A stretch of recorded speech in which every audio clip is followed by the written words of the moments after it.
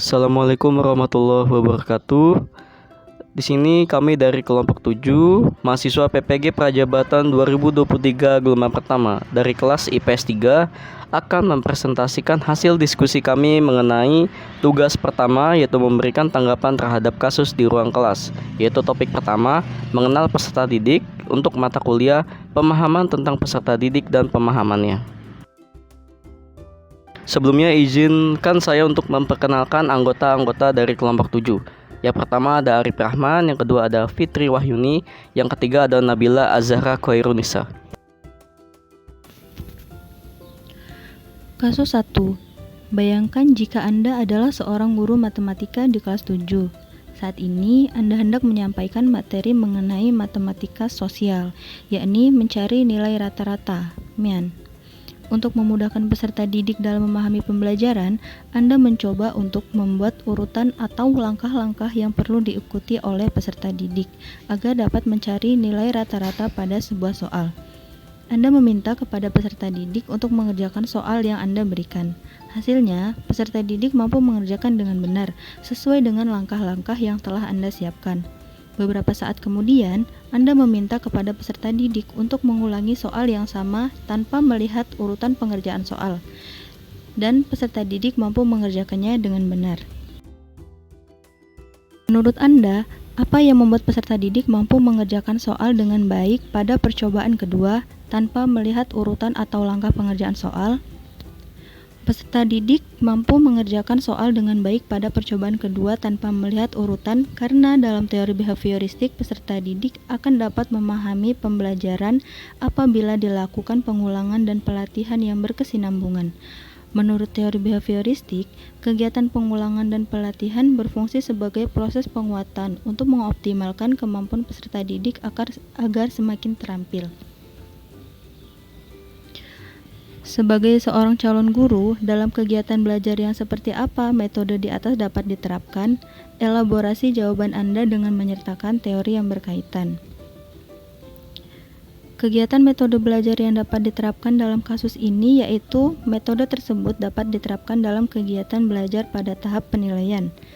Karena sesuai dengan teori behavioristik yang berfokus pada perubahan perilaku peserta didik sebagai hasil dari proses pembelajaran, atau bisa disebut teori ini menekankan pada hasil. Dengan kata lain, teori belajar ini menjelaskan bahwa belajar merupakan perubahan perilaku yang dapat diukur. Menurut teori ini, perubahan perilaku peserta disebabkan oleh adanya interaksi antara stimulus dan respon. Interaksi dalam kasus ini adanya instruksi dari guru kepada peserta didik untuk mengerjakan soal yang diberikan berdasarkan urutan langkah-langkah yang disusun oleh guru. Contoh kasus 1 keterkaitan dengan mata pelajaran IPS. Contohnya, dalam mata pelajaran IPS, seorang guru melakukan penilaian kemampuan siswa dalam menghitung skala peta. Guru tersebut menyusun langkah-langkah dalam menghitung skala peta, kemudian menyajikan beberapa contoh soal. Kemudian guru menyajikan beberapa soal untuk dikerjakan sesuai langkah-langkah yang dibuat. Ketika siswa telah bisa mengerjakan, diberikan lagi soal yang serupa namun berbeda dengan pengerjaan tanpa melihat langkah-langkah sebelumnya. Guru melihat bagaimana hasilnya, apakah siswa tetap bisa mengerjakan atau malah sebaliknya. Lanjut pada kasus kedua, ada Rina sebagai seorang guru di kelas 1 SD. Sebagian besar peserta didiknya belum bisa berhitung dengan lancar. Rina sedang memikirkan cara yang sesuai untuk membantu setiap peserta didik menyelesaikan tantangan belajarnya. Pertanyaan yang pertama, menurut Anda, apa yang dapat Rina lakukan untuk membantu peserta didiknya sesuai dengan tahapan perkembangan usia?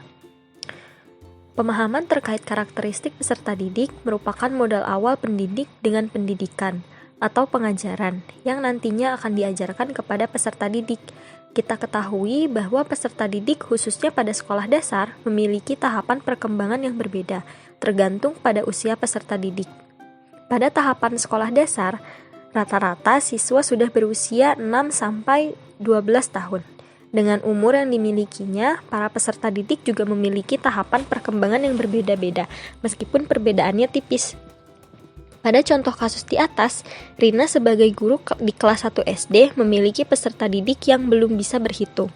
Salah satu cara yang sesuai untuk membantu setiap peserta didiknya menyelesaikan tantangan belajarnya yaitu dengan menyesuaikan dengan tahapan perkembangan usia peserta didik.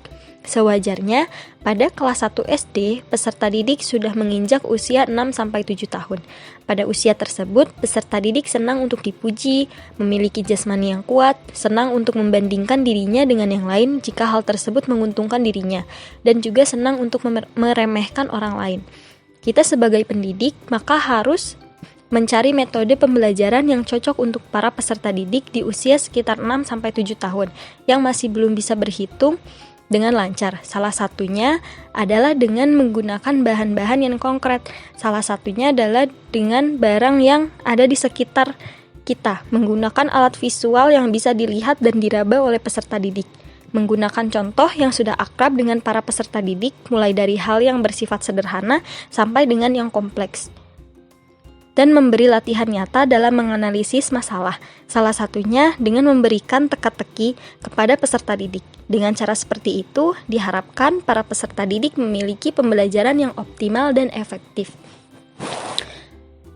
Lalu pertanyaan kedua, mengapa Anda menyarankan hal tersebut? Elaborasi jawaban Anda dengan menyertakan teori yang berkaitan.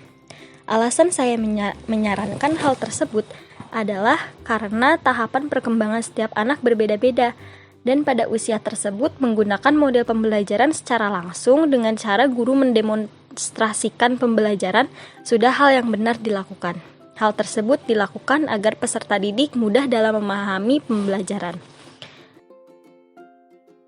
Pada kasus di atas, pada tingkatan SD belum belajar materi IPS, tetapi pada kasus seperti di atas, guru bisa membantu peserta didik dengan cara membuat potongan kertas kecil berwarna yang berisi nama-nama negara. Lalu dibagikan kepada murid dan guru menempelkan kertas berwarna di papan tulis juga sebagai pemandu bagi para siswa. Dan nantinya peserta didik bisa mencocokkan warna kertas yang dibagikan dengan kertas yang ada di papan tulis. Selanjutnya adalah kasus 3. Made adalah seorang guru yang mengajar di salah satu sekolah negeri wilayah Bali. Ia mengampu mata pelajaran bahasa Indonesia. Ia hendak mengajarkan materi teks deskripsi pada peserta didiknya. Pada buku cetak yang menjadi panduannya saat mengajar, terdapat beberapa contoh teks deskripsi menceritakan tentang bangunan-bangunan pencakar langit yang ada di ibu kota. Dengan memperhatikan latar belakang setiap peserta didiknya, Made pun mencoba untuk memberikan contoh berbeda. Ia memberikan contoh teks deskripsi tentang pantai dan makanan khas di Bali. Pertanyaan pertama, menurut Anda, apakah pertimbangan dan keputusan Made sudah sesuai? Mengapa demikian? Menurut saya, keputusan Made sudah sangat sesuai karena sebagai guru dalam kegiatan pembelajaran, kita harus bisa menyesuaikan dengan adat istiadat, budaya, dan lingkungan peserta didik. Karena di setiap wilayah pastinya memiliki keanekaragaman masing-masing. Oleh karena itu, Made sebagai guru tidak bisa berpatokan dengan buku yang secara contoh tidak sesuai dengan lingkungan dan keadaan di sekitar peserta didik di Bali, yang lingkungannya lebih ke alam, yaitu pantai dan makanan khas Bali. Dengan begitu, peserta didik akan lebih memahami pembelajaran yang disampaikan oleh Made, karena sesuai dengan apa yang dilihat dan dirasakan oleh mereka sebagai peserta didik. Kemudian pertanyaan kedua adalah, prinsip apa yang Made gunakan dalam kasus tersebut? Elaborasi jawaban Anda dengan menyertakan teori yang berkaitan. Prinsip pembelajaran yang Made gunakan dalam kasus tersebut adalah prinsip pembelajaran yang relevan dengan lingkungan.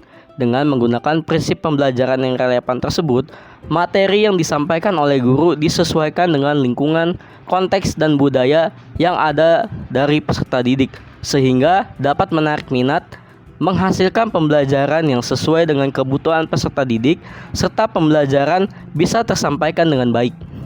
Selain itu, kita melatih pemikiran kritis peserta didik karena mereka lebih memahami lingkungan yang ada di sekitarnya. Pembahasan selanjutnya adalah keterkaitan dengan mata pelajaran IPS berdasarkan contoh kasus ketiga. Salah satu contoh kasus di atas jika disesuaikan dengan mata pelajaran ilmu pengetahuan sosial, yaitu ketika guru memberikan materi lembaga sosial yang salah satu materinya membahas mengenai lembaga pendidikan. Di dalam pembelajaran mengenai materi lembaga pendidikan tersebut, guru bisa memberikan contoh konkretnya, itu mengenai sekolah mereka, sehingga peserta didik bisa lebih memahami fungsi. Mereka bisa menganalisis secara mandiri fungsi guru, peserta didik, manfaatnya apa saja. Peserta didik akan jauh lebih memahami mengenai lembaga pendidikan karena pembahasannya lebih disesuaikan dengan kondisi nyata, yaitu sekolah mereka yang setiap hari peserta didik berada di sana untuk menimba ilmu. Kesesuaian tersebut relevan dengan pemikiran anak sehingga akan jauh lebih paham terkait materi lembaga pendidikan. Demikian presentasi dari kelompok 7, kurang lebihnya mohon maaf. Wassalamualaikum warahmatullahi wabarakatuh.